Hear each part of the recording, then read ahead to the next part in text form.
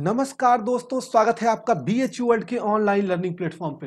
दोस्तों, आज के इस वीडियो में हम लोग बात करने जा रहे हैं ज्योग्राफी के कुछ इंपॉर्टेंट क्वेश्चंस के बारे में जो आपके एंट्रेंस एग्जाम के लिए इंपॉर्टेंट है। ये क्वेश्चंस वैसे हैं जो कई बार एंट्रेंस में पूछे जा चुके हैं और यहाँ से प्रश्न आने की संभावनाएं बहुत अधिक है। अगर आप BA की तैयारी कर रहे हैं, B.Ed में ह्यूमैनिटीज ग्रुप की तैयारी कर रहे हैं, सोशल साइंस कॉमर्स ग्रुप की तैयारी कर रहे हैं या फिर कुछ ऐसे PET कोर्सेज की तैयारी कर रहे हैं जिसमें कि कॉमन एंट्रेंस टेस्ट होता है जहां जीके जीएस पूछे जाते हैं, तो ये सारे क्वेश्चंस आपके लिए इंपॉर्टेंट हैं। आइए अपने क्वेश्चंस को सीधा पहले हम लोग बनाएं और कौन कौन से क्वेश्चंस आज हम लेके आए हैं आप इसको अंत तक बिल्कुल देखते रहिए, जो कि आपके लिए काफी इंपॉर्टेंट है।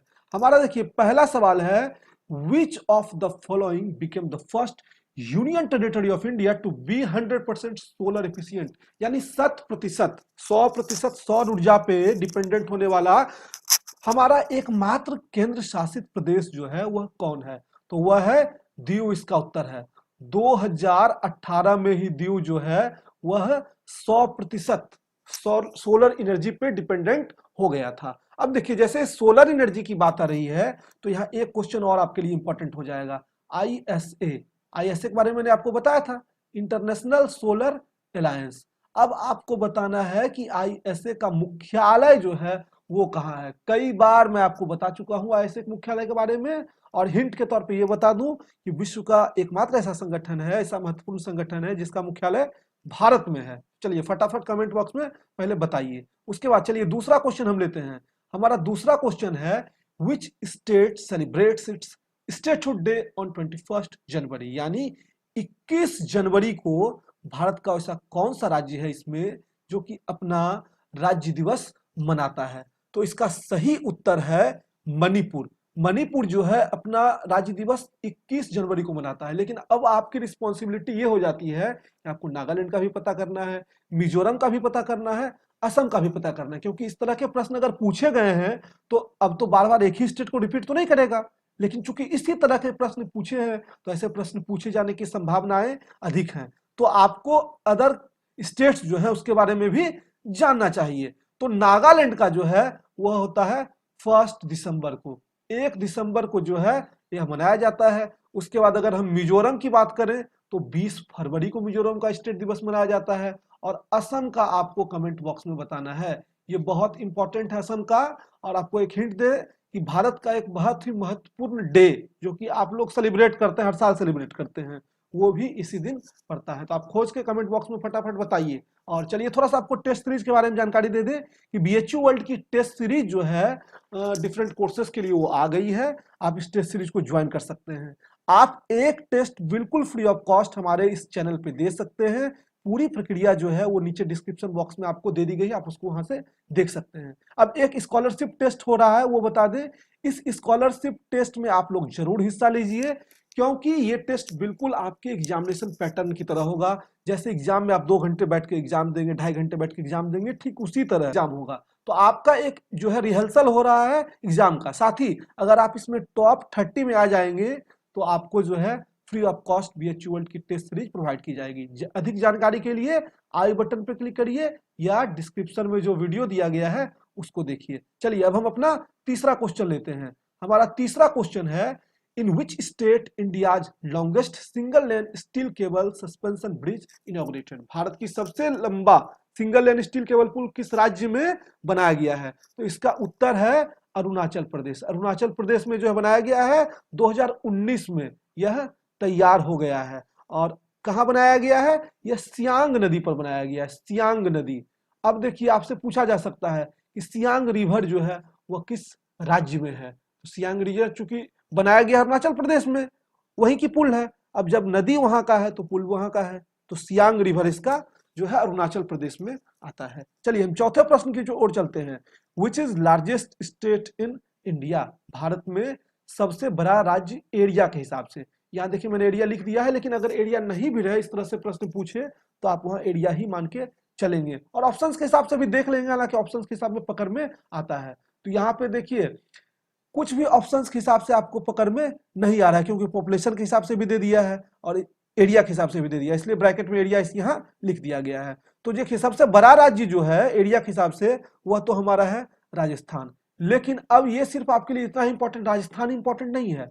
अब आप चूंकि ये क्वेश्चन बना रहे हैं तो आपके लिए ये भी इंपॉर्टेंट हो जाता है कि सेकंड पे कौन आता है, थर्ड पे कौन आता है, फोर्थ पे कौन आता है और फिफ्थ पे कौन आता है। तो सेकंड पे हमारा आता है मध्य प्रदेश, थर्ड पे हमारा आता है महाराष्ट्र, महाराष्ट्र जहाँ की कोविड-19 का एक सेंटर बन गया है, बहुत ज्यादा यहाँ पे जो है पेशेंट मिल रहे हैं। चौथे पे हमारा आता है उत्तर प्रदेश एरिया के हिसाब से, और पांचवें पे पहले आता था जम्मू एंड कश्मीर, लेकिन अब ये तो है नहीं, तो अब इसके जगह पर रिप्लेस हो गया हमारा गुजरात। अब देखिए ये मैंने आपको इसलिए बताया, हो सकता है पूछ दे कि राज्य जो है एरिया के हिसाब से दूसरा सबसे बड़ा राज्य कौन है, तो पहला पूछा है, तो अब आपकी ये जिम्मेदारी बनती है कि आप इस तरह से जो है प्रश्नों को सॉल्व करें ताकि एग्जामिनेशन कुछ भी पूछे एग्जामिनर तो आप बिल्कुल भी ना घबराएं और आपको सब लगे कि मेरा पढ़ा हुआ है। चलिए पांचवें क्वेश्चन की ओर हम बढ़ते हैं। हमारा पांचवा क्वेश्चन है, how many state share their boundary with Nepal. Nepal से कितने, अच्छा थोड़ा हिंदी में मिस्टेक है ठीक ना, हिंदी वाले थोड़ा सा सही करेंगे, मैं समझा दे रहा हूं। नेपाल से कितने राज्यों की सीमा जो है वह जुड़ी है, तो नेपाल से जुड़ी है 5 राज्यों की सीमा। भारत के 5 राज्य जो हैं वह नेपाल से जुड़े हैं। लेकिन अब आपको यह भी जानना है, नाम तो आप 5 संख्या तो जान गए, लेकिन कौन कौन से राज्य हैं ये भी तो आपके लिए इंपॉर्टेंट है।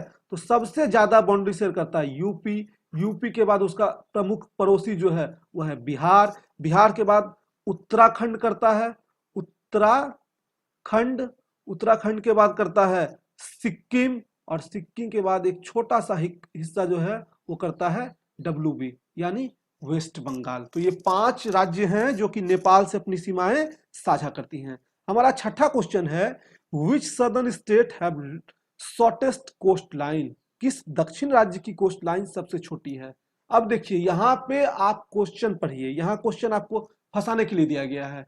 सबसे जो छोटी कोस्टल लाइन है वो है पश्चिम बंगाल की भारत में, लेकिन आपसे क्वेश्चन क्या पूछा गया है, किस दक्षिणी राज्य की कोस्टल लाइन सबसे छोटी है। अब कई लोग क्या करेंगे, जैसे ही देखेंगे सबसे छोटी लाइन पश्चिम बंगाल मार के आ जाएंगे, और उसके बाद इतना कॉन्फिडेंस में रहेंगे, एग्जामिनेशन से जब आएंगे तो कहेंगे अरे बहुत शानदार एग्जाम गया है क्या बताएं, लेकिन जैसे ही रिजल्ट आएगा निगेटिव में मार्क्स चला जाएगा तो फिर अपना वो सर खुजलाने लगेंगे, ऐसे कैसे हो गया।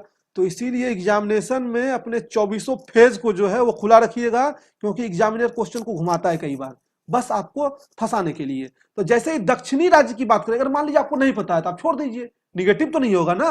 लेकिन जब दक्षिणी राज्य की यहाँ पे बात कर रहे हैं प्रश्न में, तो प्रश्न के हिसाब से हमारा उत्तर जो है वो हो जाएगा कर्नाटक। यही अगर पूछ देता कि कौन सी यूनियन टेरिटरी की है तो वह हो जाता पुडुचेरी। तो प्रश्न को पढ़िए बिल्कुल दिमाग को खोल के, नहीं जानते हैं स्किप करिए, लेकिन गलत एग्जामिनेशन में, खास करके वैसे एग्जाम में जहां निगेटिव मार्किंग है, बिल्कुल मत करिए, क्योंकि आप 1 मार्क्स माइनस करके आ जाएंगे।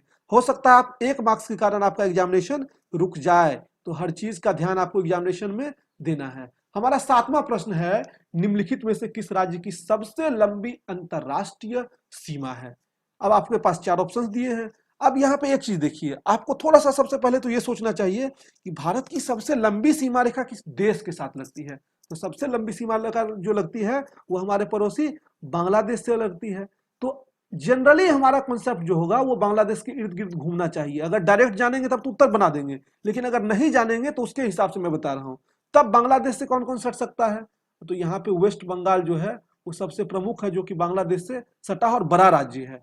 तो वेस्ट बंगाल इसका उत्तर है। सबसे लंबी सीमा रेखा जो है पश्चिम बंगाल के साथ बांग्लादेश साझा करता है। आप इसको चूंकि वेस्ट बंगाल और ईस्ट बंगाल के हिसाब से भी कोरिलेट कर सकते थे। चलिए 8वां प्रश्न हमारा इंपॉर्टेंट, काफी इंपॉर्टेंट 8वां प्रश्न हमारा है कि tropic of cancer passes through how many states of India. सबसे पहले तो आपको कमेंट बॉक्स में बताना है कि ट्रॉपिक ऑफ कैंसर कितने डिग्री पे जो है अवस्थित है, कितने डिग्री को ट्रॉपिक ऑफ कैंसर जो है वह कहा जाता है। और अब है क्वेश्चन हमारा कि कितने राज्यों से ये पास करती है। तो यह पास करती है 8 राज्यों से। इसका एक जो है फार्मूला होता है, कई फार्मूले पर आप इसको याद कर सकते हैं, लेकिन फार्मूला आपको बहुत दिन याद रहेगा नहीं।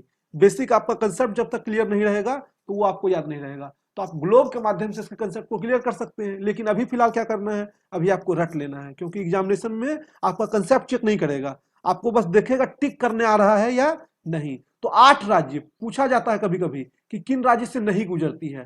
तो पहला राज्य हमारा है गुजरात, दूसरा राज्य हमारा है एमपी, तीसरा राज्य हमारा है राजस्थान, आप लिख लेंगे कॉपी में अच्छे से। चौथा राज्य हमारा जो है वह है छत्तीसगढ़। पांचवा राज्य हमारा जो है वह है झारखंड। छठा राज्य हमारा जो है वह है पश्चिम बंगाल। सातवां हमारा राज्य है मिजोरम और आठवां राज्य है त्रिपुरा। त्रिपुरा आप इसको लिख लेंगे। ये सारे जो स्टेट हैं, कई बार क्वेश्चन इस तरह से पूछ देगा आपको कि निम्नलिखित में से कौन सा राज्य कर्क रेखा से नहीं गुजरती है, और आपके ऑप्शन में इस तरह से फंसा दिए जाएंगे आपको, तो इसलिए आपको ये याद होना जो है वो जरूरी है। चलिए हम अपने अगले क्वेश्चन की तरफ बढ़ते हैं। हमारा जो 9वां क्वेश्चन आ रहा है हमारे सामने वह है what are the major languages spoken in Andhra Pradesh. Andhra Pradesh में जो है तो जो प्रमुख भाषा बोली जाती है